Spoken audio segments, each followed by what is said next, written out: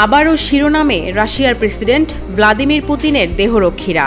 পুতিনের দেহরক্ষীরা প্রায়শই বিভিন্ন কারণে শিরোনামে আসেন।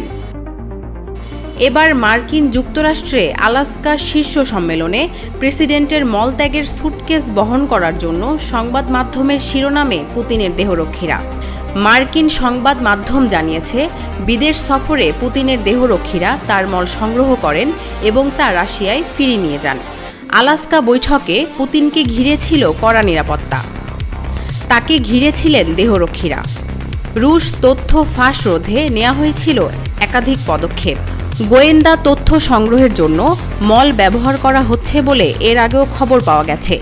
একজন সাবেক সোভিয়েত এজেন্ট একবার দাবি করেছিলেন যে জোসেফ স্ট্যালিন অন্যান্য নেতাদের সাথে মাও সেতুংয়ের মলমূত্র পরীক্ষাগারে অধ্যয়ন করে তার উপর গুপ্তচর বৃত্তি করেছিলেন।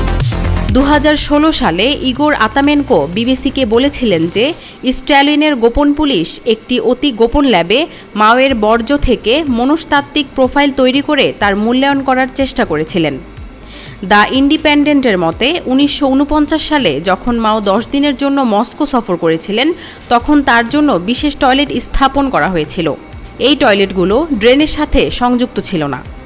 পরিবর্তে তার বর্জ্য গোপন বাক্সে সংগ্রহ করা হয়েছিল। একটি ল্যাবে নিয়ে যাওয়া হয়েছিল এবং পটাশিয়াম ও অ্যামিনো অ্যাসিডের মাত্রা পরীক্ষা করা হয়েছিল। এটি মনস্তাত্ত্বিক বিশ্লেষণে সহায়তা করবে বলে মনে করা হয়েছিল।